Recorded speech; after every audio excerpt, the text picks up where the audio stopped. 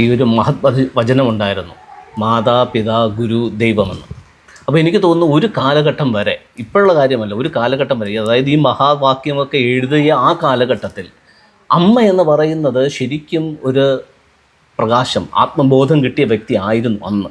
അതുകൊണ്ടാണ് ഈ മഹാവചനം എഴുതാനുള്ളൊരു പശ്ചാത്തലം ഒരുങ്ങിയത്. അപ്പോൾ ആദ്യമായ ആ ദൈവിക സങ്കല്പനങ്ങളും ദൈവികമായിട്ടുള്ള അവബോധവുമൊക്കെ മാതാവിൽ നിന്നാണ് കിട്ടുന്നത്. അതുപോലെ തന്നെ ഈ മഹത്വചനം എഴുതിയ കാലഘട്ടത്തിലെല്ലാം അപ്പൻ എന്ന് പറയുന്ന വ്യക്തിയും ഒരു ഗുരുതുല്യനായ ഒരു സന്യാസ ജീവിതം നയിക്കുന്ന വ്യക്തികൾ തന്നെയായിരുന്നു. അപ്പോൾ അപ്പനിൽ നിന്ന് അടുത്ത ഘട്ടത്തിലുള്ള വളർച്ച കിട്ടും. അത് കഴിഞ്ഞിട്ടാണ് ഒരു ഗുരുവിലൂടെയുള്ള ദൈവിക ബോധം സഞ്ചാരമാകുന്നത്. പക്ഷേ ഇന്ന് എന്തുകൊണ്ടോ അമ്മയാണെങ്കിലും അപ്പനാണെന്നുണ്ടെങ്കിലും ശരിക്കും ഈ ഒരു കേവലം ലൗകികപരമായിട്ടുള്ള പശ്ചാത്തലത്തിൽ മുഴുകി കഴിയുന്നത് കൊണ്ട് അമ്മയിൽ നിന്ന് കിട്ടേണ്ടതും അപ്പനിൽ നിന്ന് കിട്ടേണ്ടതും കിട്ടാതെ പോകുന്നു. അപ്പോൾ പലപ്പോഴും എന്നോട് ഈ കാര്യങ്ങളൊക്കെ പറയുമ്പോഴത്തേക്ക് ചോദിക്കാറുണ്ട്, എങ്ങനെ ഒരു ഗുരുവിനെ കണ്ടെത്താനാകും? അപ്പോൾ ഞാൻ പറയുന്നൊരു സിമ്പിളായിട്ടുള്ളൊരു കാര്യമാണ്, ഇന്ന ആളിൻ്റെ മകനായി ജനിക്കണം, എൻ്റെ അപ്പൻ ആരായിരിക്കണം, എൻ്റെ അമ്മ ആരായിരിക്കണം എന്ന് എനിക്ക് തിരഞ്ഞെടുക്കാൻ പറ്റില്ലല്ലോ, ഒരിക്കലും എനിക്ക് പറ്റില്ല. അപ്പോൾ അതൊരു ദൈവ നിയോഗമാണ്, എൻ്റെ അപ്പൻ ആരായിരിക്കണം, അമ്മ ആരായിരിക്കണം എന്നുള്ളത്. ഇതുപോലെ ഞാൻ ശരിക്കും ഒരു ദൈവിക അന്വേഷണമുള്ള അല്ലെങ്കിൽ ഒരു ആത്മദാഹമുള്ളൊരു വ്യക്തിയായി പരിണമിച്ച് തുടങ്ങുമ്പോൾ എനിക്കാരായിരിക്കണം ഗുരു എന്നുള്ളത് ആ ജഗദീശ്വരൻ തന്നെയാണ് എൻ്റെ ജീവിതത്തിനകത്തേക്ക് കൊണ്ടുവരേണ്ടത്.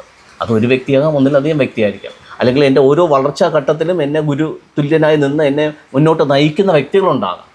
അപ്പോൾ ഒരിക്കലും ഒരു ഗുരു ആരായിരിക്കണം എന്നുള്ളത് വലിയൊരു കാര്യമല്ല, അല്ലെങ്കിൽ ഞാൻ അന്വേഷിച്ച് കണ്ടെത്തേണ്ട കാര്യമല്ല. അത് ഈ പ്രകൃതി തന്നെ, പ്രപഞ്ചം തന്നെ, അല്ലെങ്കിൽ ആ ദൈവം തന്നെ നമ്മുടെ അടുക്കലേക്ക് ഒരു വ്യക്തിയെ നമ്മുടെ സാക്ഷാത്കാരത്തിന് വേണ്ടിയിട്ട് അപ്പോയിൻ്റ് ചെയ്ത് തന്നോളൂ. തീർച്ചയായിട്ടും. കാര്യം എല്ലാവർക്കും ഒരേപോലത്തെ പെറ്റമ്മയെ കിട്ടണമെന്നില്ല. അത് പ്രാരാബ്ദം, ഓരോ ജീവനും ഓരോ തരം പ്രാരാബ്ദം കാണുമല്ലോ.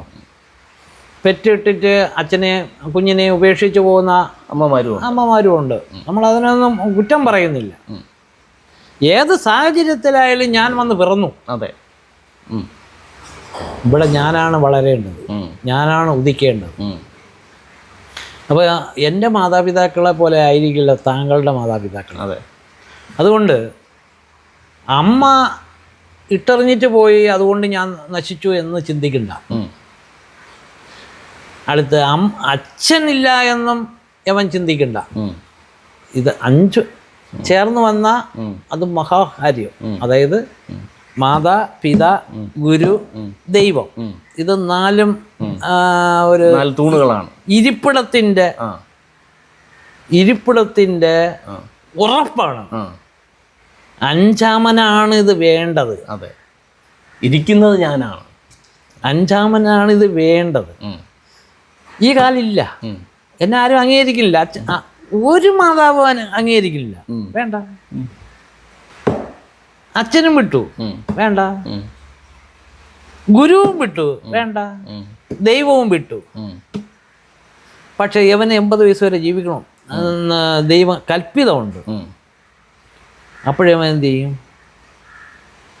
ഈ 80 വയസ്സ് വരെ ഈ 5ാമൻ ഇവിടെ ജീവിച്ചേ പറ്റൂ. യവൻ എപ്പോഴെങ്കിലും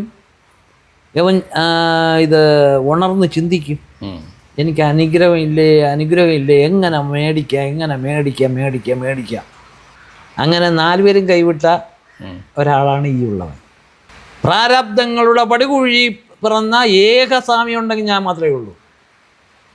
പരിശുദ്ധാത്മാവിൻ്റെ ബലത്തിൽ, ഒരു വിശ്വാസത്തിൻ്റെ ബലത്തിൽ, ഒരു ആശ്വാസത്തിൻ്റെ ബലത്തിൽ, ഒരു അനുഭവത്തിൻ്റെ വെളിച്ചത്തിൽ പറയുന്നു, എന്നിൽ ഞാനായിരിക്കുന്നവൻ, എൻ്റെ പിതാവിൽ പിതാവായിരിക്കുന്നവൻ, എൻ്റെ മാതാവിൽ മാതാവായിരിക്കുന്ന, ഗുരുവിൽ ഗുരുവായിരിക്കുന്ന, ദൈവത്തിൽ ദൈവമായിരിക്കുന്ന, സർവചരാചരങ്ങളിലും അതാത് ആയിരിക്കുന്ന ചൈതന്യം എവിടെയെങ്കിലും ഉണ്ടെങ്കിൽ എന്നിലുണ്ട്.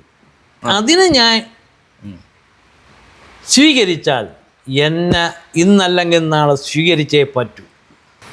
ബോഡിയല്ല. അതെ, ആത്മസ്വരൂപൻ. അതെ, ഞാൻ ആത്മാവാണ്, ഞാൻ പരിശുദ്ധാത്മാവിൻ്റെ സന്തതിയാണ്. എൻ്റെ നാവിൽ നിന്ന് പാഴ്വാക്ക് വീഴരുത്. ആരൊക്കെ എന്നെ കണ്ടില്ലെങ്കിലും ഞാൻ നിങ്ങളെ കാണാതെ ഇരിക്കരുത്. എൻ്റെ സമകാലികരെ ഞാൻ നോവിക്കരുത്. ഞാൻ ജാതിക്ക് വേണ്ടി വന്നതല്ല, രാഷ്ട്രീയത്തിന് വേണ്ടി വന്നതല്ല.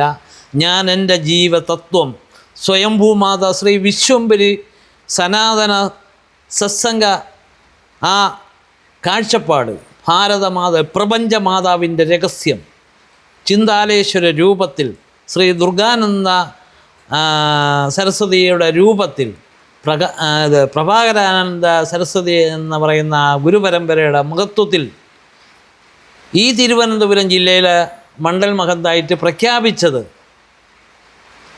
ഓരോ സനാതന ഭാരത മക്കളിലേക്കും, മക്കളെ നിങ്ങളുടെ അച്ഛനെ ഉയർത്തിക്കാണുവിൻ, നിങ്ങളുടെ അമ്മയെ ഉയർത്തിക്കാണുവാൻ, നിങ്ങളുടെ ഉത്തരവാദിത്തങ്ങൾ നിങ്ങൾ ഏറ്റെടുക്കുവിൻ.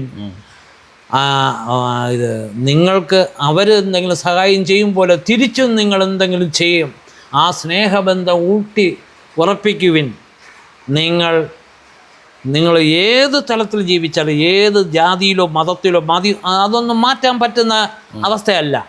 പക്ഷെ നിങ്ങളുടെ സംസ്കാരത്തിൽ നിന്നുകൊണ്ട് ലോക സംസ്കാരമാകുന്ന ഭാരത സനാതനധർമ്മത്തിൻ്റെ, ദേശസ്നേഹത്തിൻ്റെ, ഭാരതത്തിൽ പിറന്നതിൻ്റെ, മഹാനായ പുത്രനായി ജനിച്ചതിൻ്റെ ഇത് ബന്ധുമിത്രാദികളെ ചെന്ന് വിളിച്ചാൽ ചിലപ്പം നമുക്ക് അതിനുള്ള പൈസയൊന്നും എല്ലായിടത്തും ചെന്ന് കാണാൻ പറ്റില്ല.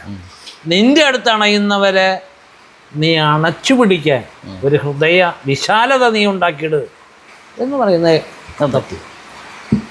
അത് തന്നെയാണ് ഏറ്റവും മഹത്തായ കാര്യം. അപ്പോൾ അങ്ങനെ അനേകം വ്യക്തികൾക്ക് ഗുരുതുല്യനായിരിക്കുവാൻ, അനേകരെ അന്ധകാരത്തിൽ നിന്ന് വെളിച്ചത്തിലേക്ക് നയിക്കുവാൻ അങ്ങേക്ക് സർവേശ്വരൻ എല്ലാവിധമായ അനുഗ്രഹങ്ങളും തരട്ടെ എന്ന് ഞാൻ ആത്മാർത്ഥമായി പ്രാർത്ഥിക്കുകയും ആശംസിക്കുകയും ചെയ്യുന്നു. അങ്ങ് കാണുന്ന എന്നെയാണ്, ഞാൻ കാണുന്ന എൻ്റെ പിതാവിനെയും പരിശുദ്ധാത്മാവും പരമാത്മാവുമായ ദൈവത്തെയാണ്. ദൈവം എന്നിൽ ഇരിക്കും കാലം എനിക്ക് മഹത്വമുണ്ട്. അല്ലെങ്കിൽ ഞാൻ കൂടെ ഒഴിഞ്ഞ കിളി ഇതിൽ നിന്ന് പോയി കഴിഞ്ഞാൽ വിവരം കെട്ട ഒരു ഇത് അഹങ്കാരത്തെ ഇത് സ്വാമിയാണ് എല്ലാം എന്ന് പറയുന്ന അടുത്ത് അഹങ്കാരം കയറും. ഇനിയും എനിക്ക് എന്തൊക്കെയോ ചെയ്യാനും, എന്നിലിരുന്ന് ഭഗവാൻ എന്തൊക്കെയോ ചെയ്യാനും, ഈ കൂട് ഞാൻ ഭഗവാന് കൊടുത്തു.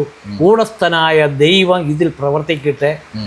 ആ ഈശ്വര ചൈതന്യമാണ് എന്നിൽ സരസ്വതിയും ലക്ഷ്മിയും പാർവതിയും സാഹോദര്യവും സ്നേഹവും ധർമ്മവും അനുഗ്രഹം കൊടുക്കാനും എല്ലാം ആ കണക്ഷൻ എന്നിലൂടെ മറ്റുള്ളവർക്ക് കിട്ടണം.